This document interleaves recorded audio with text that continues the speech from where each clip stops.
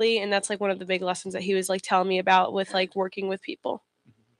Okay, so my goal for this class is for you to reach out to someone whom you don't know. So in the future, I'm hoping that you will reach out to some strangers as well. So are you the same team or different team? Same. Okay.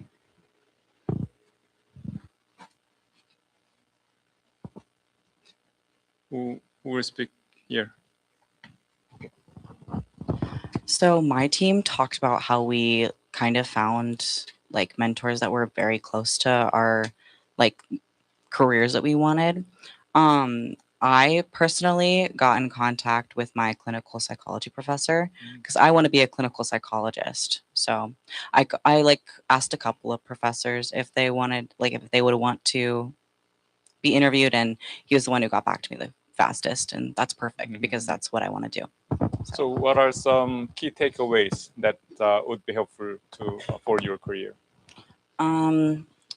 Mostly just like he explained like the education process for being a clinical psychologist. Like there's a bunch of different paths you can take, but you have to get a PhD in psychology, and like you have 1 to 2 years of an internship, and then you take a test to get your license. So all of that's like really helpful information, and like, you know, it makes me think like, is that the path I want to take? Because that's going to be a lot of schooling. And yeah. So are you decided to go for PhD and so on?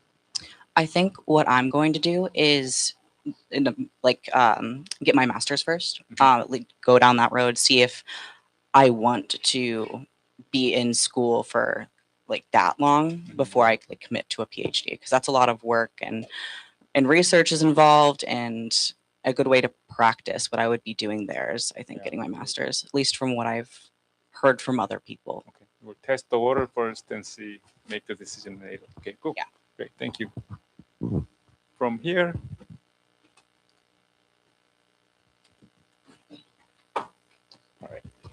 So I interviewed my academic counselor just because I knew that she would have the most insight with other students who want to do the same career path as me.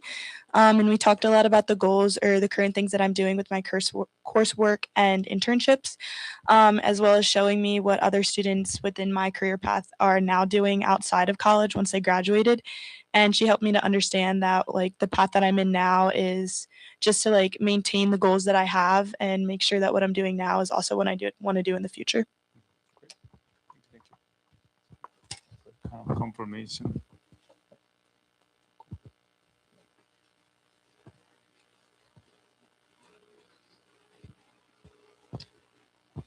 Yeah, I'm limping a bit because I pulled my muscle while playing bass. Yes.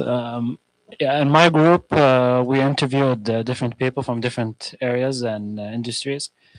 I interviewed a professor who teaches AI and communication, and most of the questions I asked was how to use AI in any job I want to do in the future, and that was the area that we spoke of.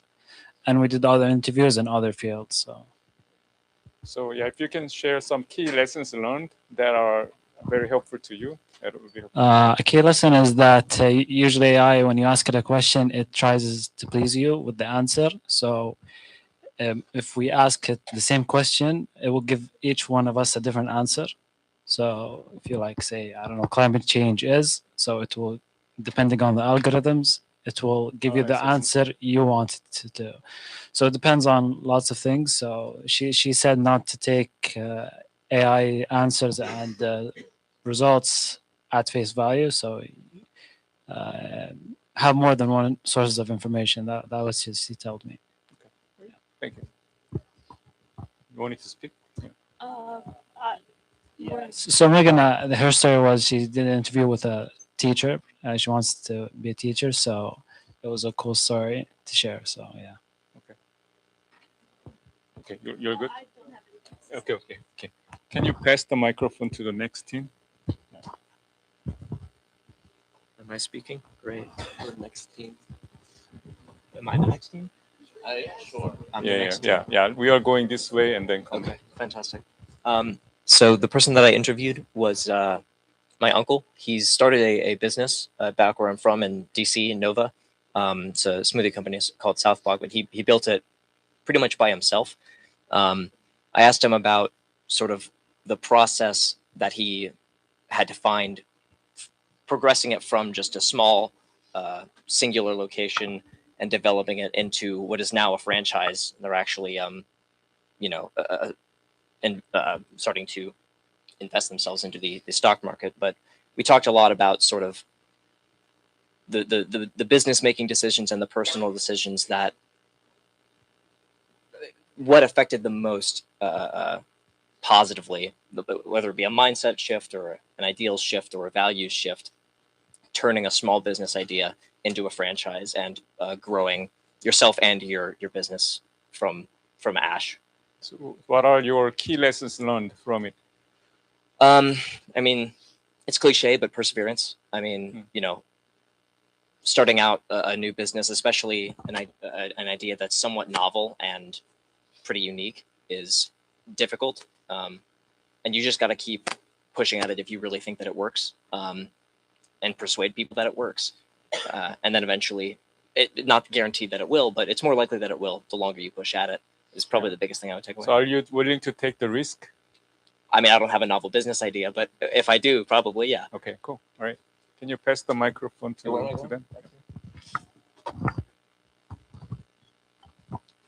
So I interviewed my mom's close friend who is like in the industry I want to be in, and Ryan interviewed his dad's business partner.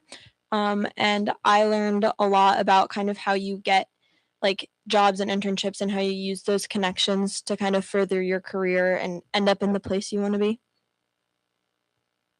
Yeah. Any key lessons learned you can share?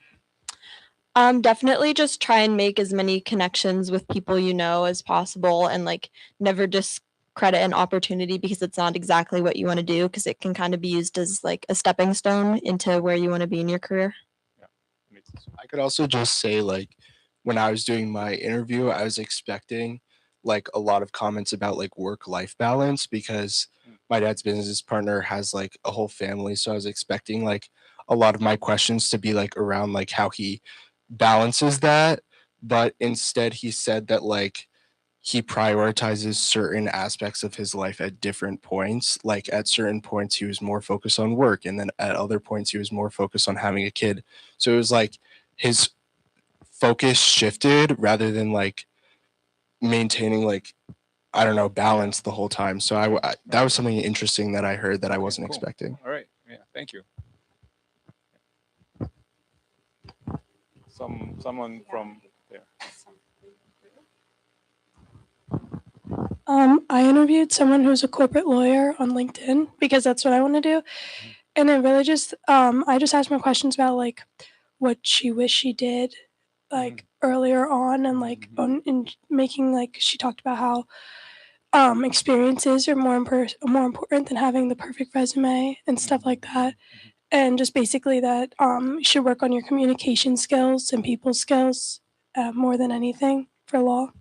So as a result of that, what do you plan to do? I mean, I want to start talking to more people and start like shadowing like in like other corporate lawyers and stuff like that. Okay, cool. Thank you.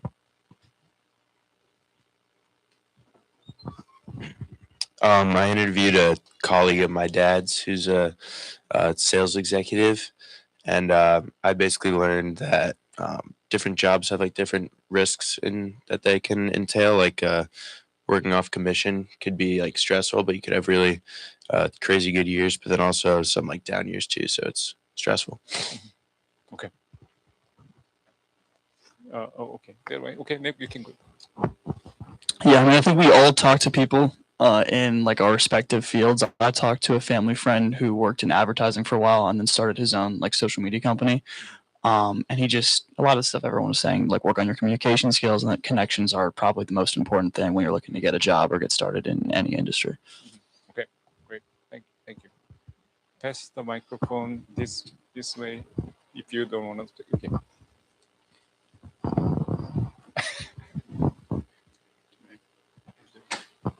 Okay. So I talked to one of the executive producers of PSN TV, and that was really interesting to me just because she talked a lot about networking and what she did to network and get internships. And it kind of like I've always thought of it as a really like scary thing. Like nobody wants to talk to you. Like it's like something that's kind of like hard to approach. And she kind of like made me realize like people do want to talk to you and they want to help you out. And even if you just like cold email them and stuff, like they're happy to talk to you. So it kind of made it easier for me to like think about networking and start doing that. Okay, that's very important, also very interesting. How many of you reached out to someone whom you don't know? So cold emailing, cold calling. Nice, great job. So that's very important, yeah. Okay, cool. Anyone, any of you? Yeah. I interviewed one of my mom's close friends who's a news anchor, and one of the important things that she talked to me about was like personal branding and like creating a good like look for yourself to make it easier for you to get hired, especially when you're working in media. It's really important. So do you have a sense regarding how you will brand yourself? Not really yet, but now I know it's important to focus on. Okay. In terms of personal branding, this course, what you've done in this course can be foundational. So because you defined your purpose statement, mission statement, your values, and so on, that's part of branding. So think about that as well. Thank you. Any of you? Your team? Your part? Okay, cool. Thank you. Thanks so much. And I encourage students to conduct at least 10 information interviews or mentor interviews before you graduate. I think that will make your future highly, how can I say, promising, because you will get into the field knowing about the field and you will have built some strong network while doing so.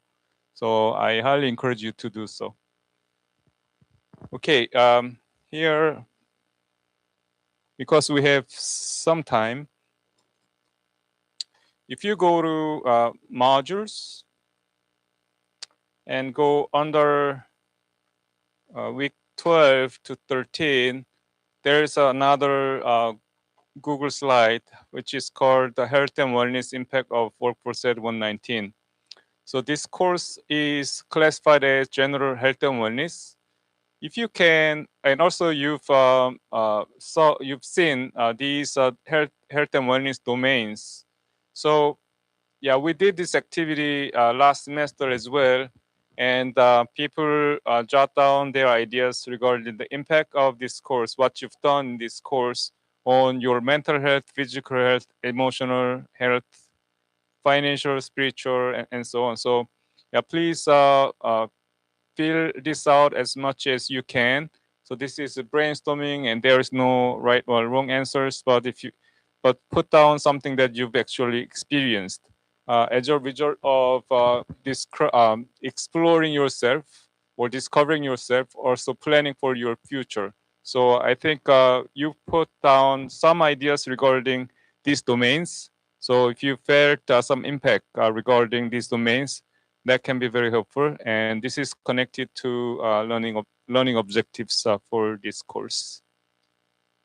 And yeah, while people are typing, you can review what they type, and you can piggyback on others' ideas if something inspires or prompts you to think about something else.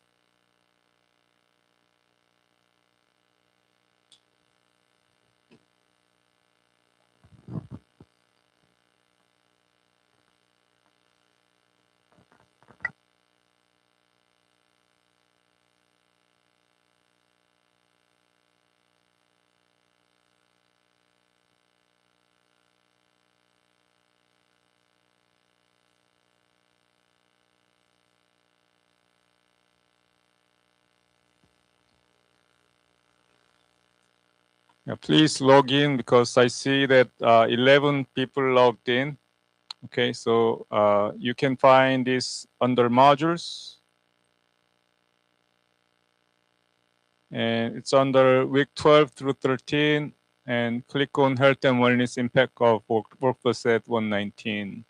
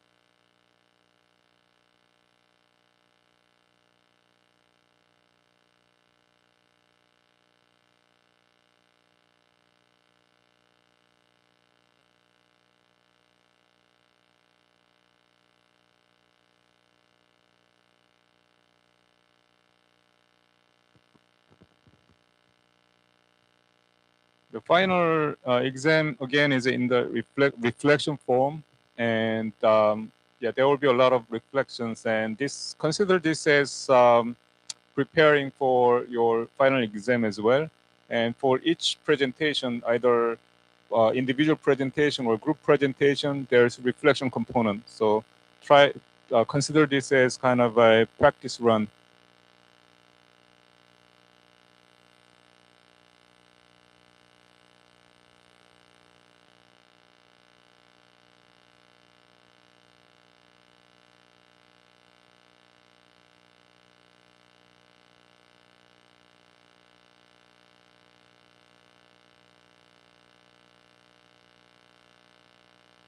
And you can also think about some aspects of group projects. So if you you can think about your team project topic, because that is also supposed to be health and wellness, supposed to relate to health and wellness.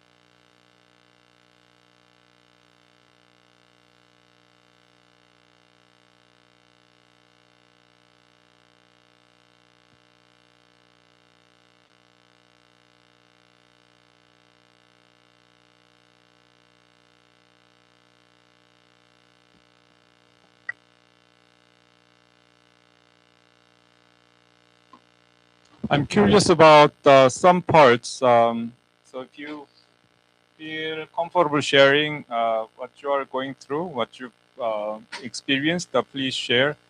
So some of you feel more confident in your financial future. So if you can share why you feel that way, that would be much appreciated. I don't know what you've done, but can anyone share about this part? Your confidence in your financial future. Has anyone studied something this semester, like creating a Roth IRA account or started investing? I don't know. And have you anyone estimated how much you will have at a certain age when you were thinking about your future? Maybe at age 50, your house will be paid off and you will have X amount of money as your net worth. How many of you have thought about those? Ideally, yeah. Would you share your experience about financial future, like regarding your confidence? Okay, cool.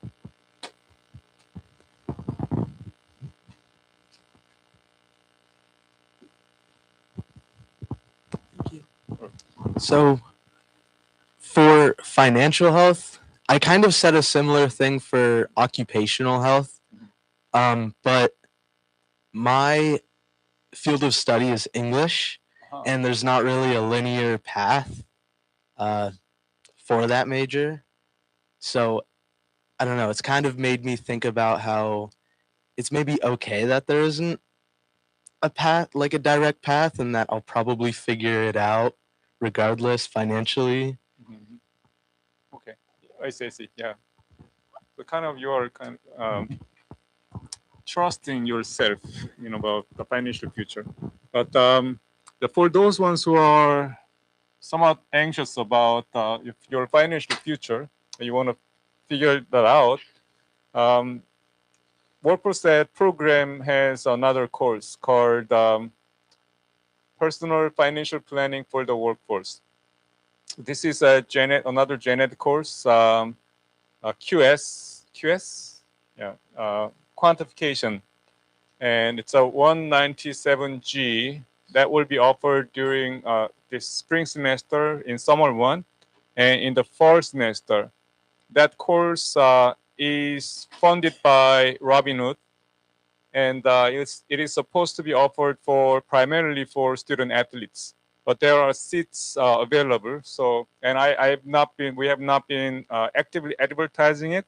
But once we advertise it, there will be a lot of students who will be taking it because it's Gen Ed. It's about financial planning. But if you are interested, look for Workforce Ed 197G. Right. So that's okay. Others who want to share about financial aspect? Okay.